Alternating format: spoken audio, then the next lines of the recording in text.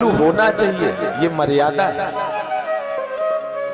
घूंघट बहुत ज्यादा निकला और मर्यादा आपके अंदर नहीं है तो उस घूंघट का क्या फायदा। इतना घूंघट निकाल के अंदर से ससुर जी को दे, घूंघट हाथ में पकड़े हुए हैं वहां, ये संस्कार भैया, ये कौन सा संस्कार है?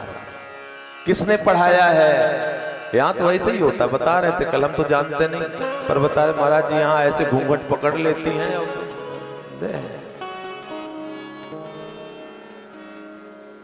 बोलिए जय श्री कृष्ण।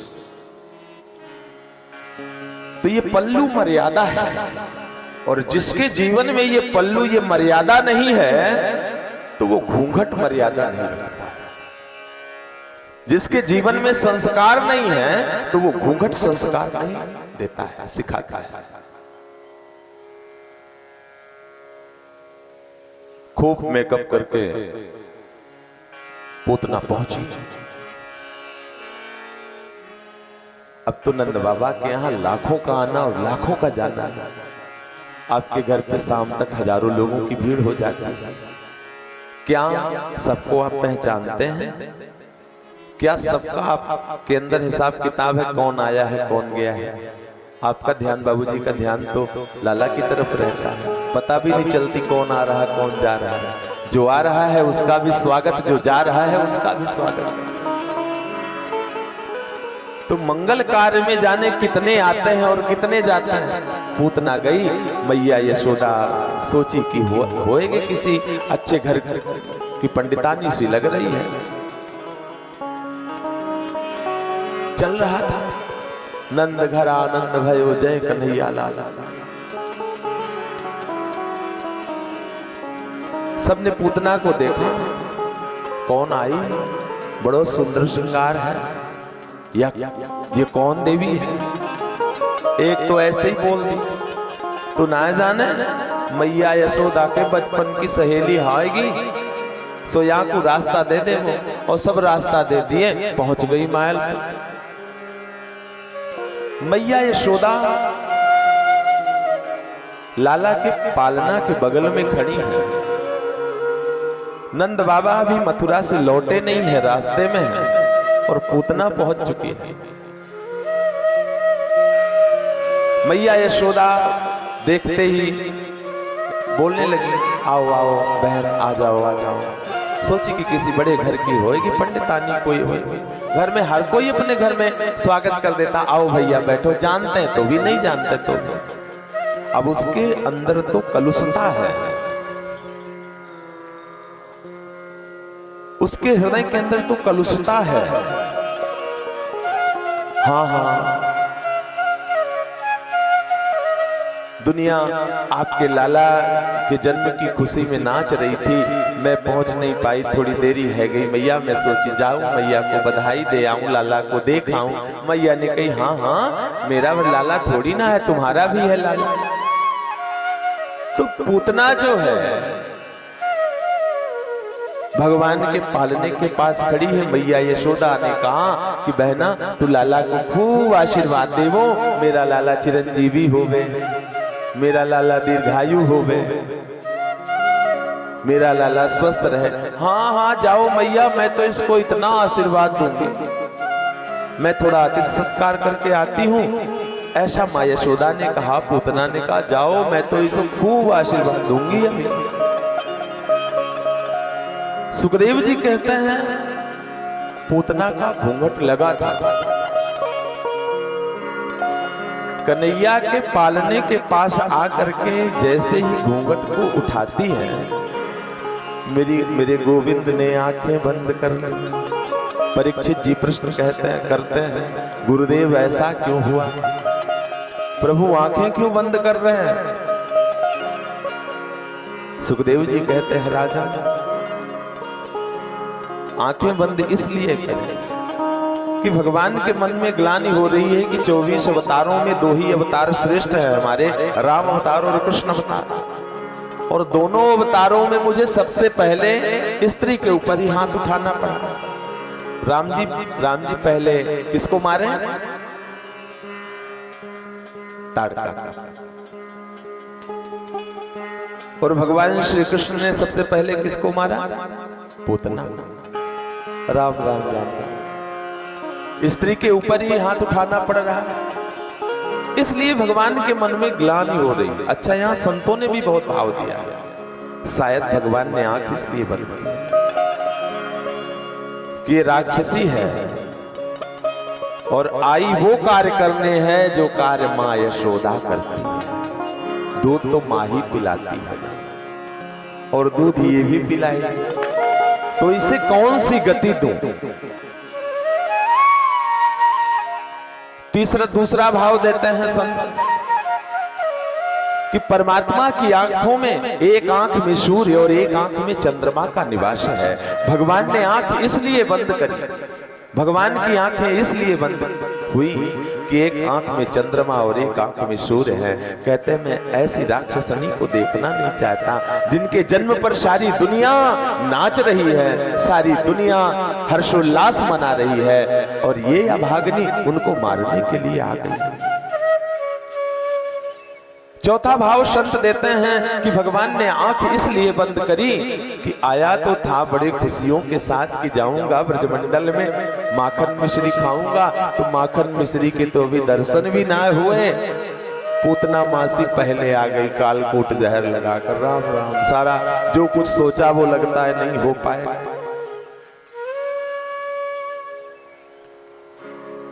पूतना भगवान को अपने गोद में उठाती है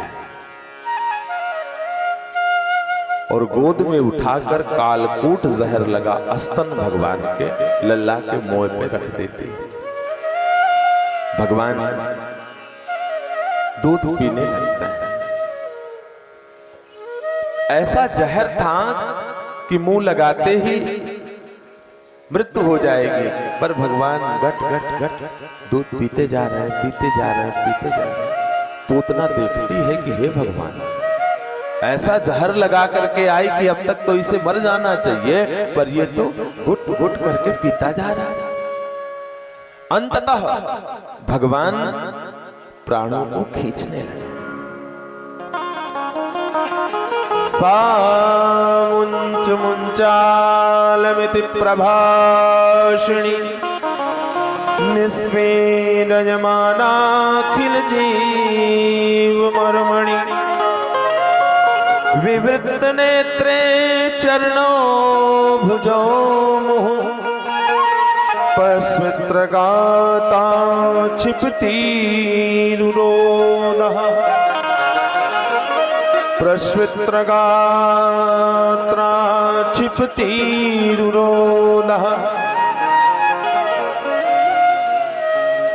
जब प्राणों को भगवान अवशोषित करने लगे तो पूतना को श्वास लेने में कठिनाई होने लगी, और जब प्राण संकट में पड़ने लगे तो चिल्लाने लगे, लाला छोड़, लाला छोड़, लाला छोड़। जोर से चिल्लाई। 7 दिन का लल्ला बोल पड़ा, री मासी हमें तो पकड़बो ही आवे, छोड़बो आवे ना। हम तो पकड़ लिए हैं तो अब ठिकाने लगा करके ही छोड़ेंगे मासी। अंततः भगवान पूतना के प्राणों को अवशोषित करते हैं।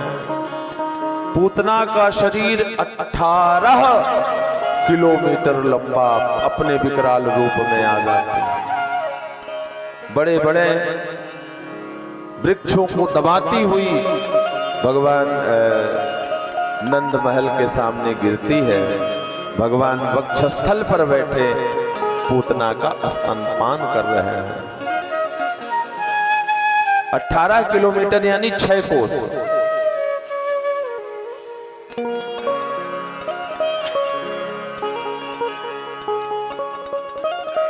अब संतों ने भाव दिया, संतों ने भाव दिया कि 18 किलोमीटर कुछ लंबाई होती भी है। संतों ने भाव दिया, कुछ ब्राह्मणों ने भाव दिया कि पूतना की देह देवसर में ही गिरी है, इसलिए इसका नाम देवसर हुआ। भागवत जी में तो नहीं लिखा है, पर इसका नाम जो पड़ा तो पूतना का देह देव, ये बताए पंडित जी की महाराज जी पता है? हमने कहा मोको तो ना पता। बोले पूतना की देह देवसर में गिरी, इसीलिए इसका नाम तब से देवसर पड़ा। ये ब्रजवासी बता रहा था। खैर ये पंडितों की बात है, हमारे भागवत जी में ऐसा लिखा नहीं। 18 किलोमीटर लंबा चौड़ा। कुछ लक्षण हमने देखा, इसलिए हमें लगा कि देहगिरी होगी इस स्थान पर, इसीलिए देवसर नाम पड़ा है, क्योंकि थोड़ा सा लक्षण दिखाई भी दिया। तो मैं भी इसकी बातों पे विश्वास करूं, आप लोग विश्वास नहीं करना। बोलिए जय श्री कृष्ण।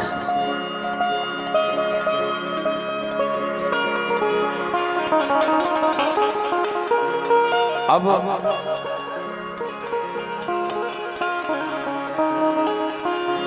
माँ यशोदा को पता नहीं था ऐसी ऐसी घटना हो गई।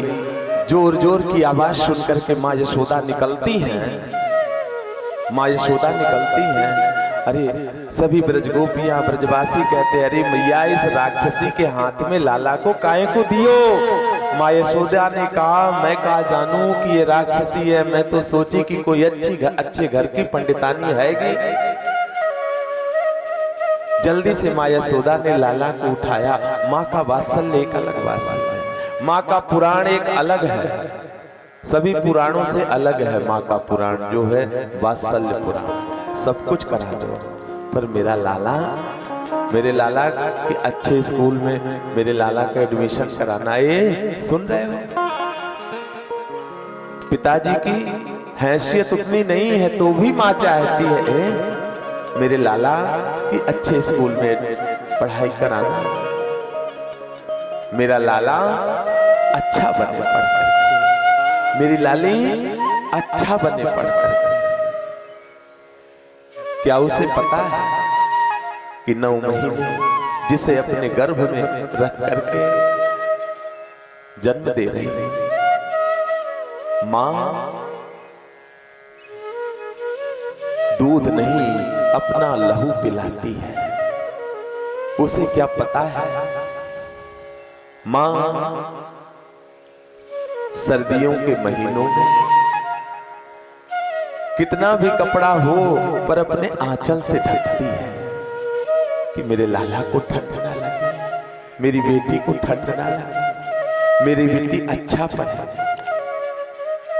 मेरी बेटी अच्छा बढ़े, मेरी बेटी को कोई, मेरे बेटे को कोई दुख ना हो, मेरे बेटे को कोई तकलीफ ना हो। एक मां ऐसी सर्वस्व, इस दुनिया में मां ऐसी है। पुत्र के जीवन में जब कोई कष्ट आता है, जो दुख मां को होता है, वे कहने की बात है, वो पत्नी को भी नहीं होता। उस समय मां का हृदय व्रदीन हो जाता है जब उसकी संतान किसी दुख में होती है। आदरणीय सुखदेव जी ये कथा सुनाते सुनाते रोते थे, नेत्रों से अश्रु गिरते थे। कितना अद्भुत भाव है आदरणीय सुखदेव जी का। मां के वात्सल्य, मां के प्रेम को देख करके आदरणीय सुखदेव जी के नेत्रों से झरझर अश्रु गिरते। इंद्रियाणि ऋषिकेश प्राणान् नारायणो वत श्वेत दीप पतिश्चित्तम् मनो योगेश्वरो।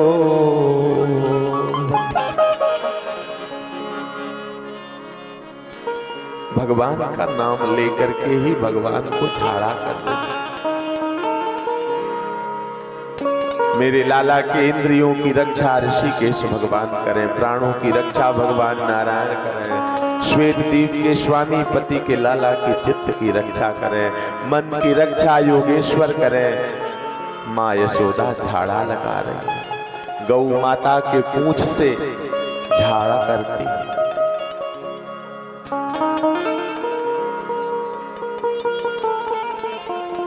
गौ माता के पूंछ से झाड़ा करती है। यहीं पर बाल रक्षा स्तोत्र है। कितनी भी बड़ी नजर लगी हो बच्चे को, अगर आप गऊ अपने घर पे रखे हुए हैं, वो गऊ को खोलते नहीं है उल्टा सीधा खाने के लिए। अगर आप गऊ को मान देते हैं तो गौ माता के पूंछ से लाला को झाड़ा कर दो ना। मैं कहता हूं बड़ा से बड़ा अगर प्रेत भी टच कर दिया होगा तो रह नहीं सकता है। गोमूत्र छिड़क गौ माता के पूंछ से झाड़ा लगा दो, गोपाल जी का स्मरण कर लो, लाला को नजर नहीं लग सकती। क्रीडन्तं पातु गोविंदः शयनं पातु माधवः। अरे खेलते हुए मेरे लाला की रक्षा गोविंद करें, सोते हुए मेरे लाला की रक्षा माधव करें। तो भगवान हंस पड़े, वाह भैया देखो ना, माँ यशोदा प्रभु का नाम ले लेकर के ही प्रभु का झाड़ा कर रही हैं। ये है वात्सल्य, ये है प्रेम, ये है भक्ति। तो प्रेम करो, भगवान से प्रेम करो। जब भगवान से प्रेम होगा तो अपनों से प्रेम हो जाएगा।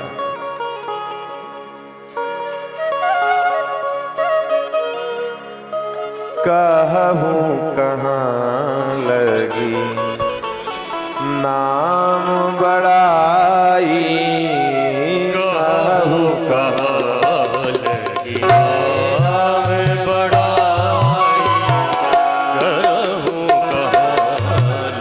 नाम बड़ाई,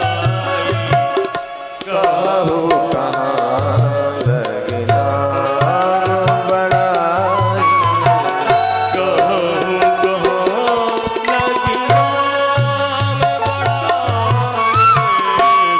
कहूं कहाँ लगी नाम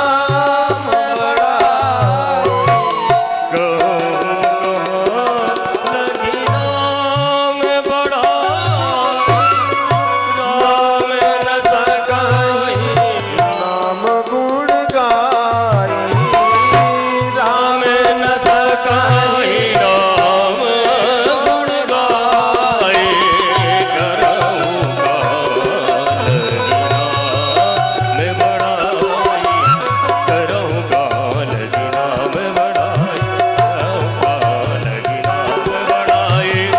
कहूं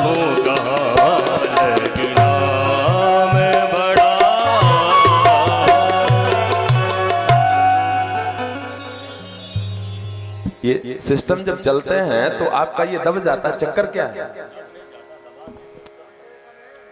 मैं ये देख रहा हूं कि आप हमारा बढ़ाते हो तो उसका नीचे कर देते हो, उसका बढ़ाते हो तो उसका नीचे कर देते हो, उसका, इसीलिए हम सब डिस्टर्ब हो जाता है।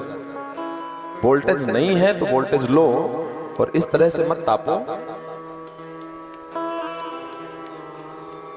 बोलिए जय श्री कृष्ण।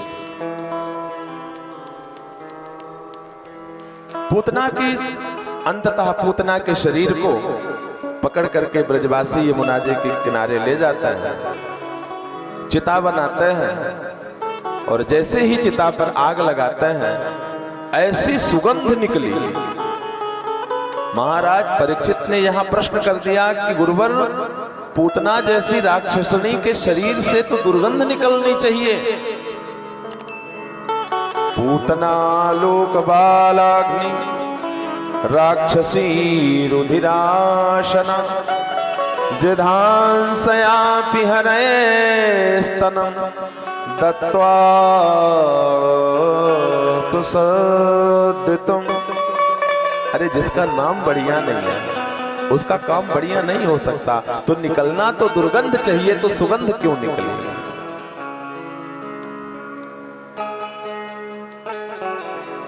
जिसका खान पान रहन सहन अच्छा नहीं वो अच्छा नहीं हो सकता, जिसका कार्य अच्छा नहीं वो अच्छा नहीं हो सकता, जिसका नाम अच्छा नहीं वो अच्छा नहीं हो सकता। ऐसी पूतना को भी भगवान ने मात्र गति प्रदान की, जो गति मां यशोदा को वर्षों वर्षों बाद मिलती, वो गति भगवान ने पूतना को पहले प्रदान की। ये भगवान की भक्त वत्सलता है। बोलिए जय श्री कृष्ण।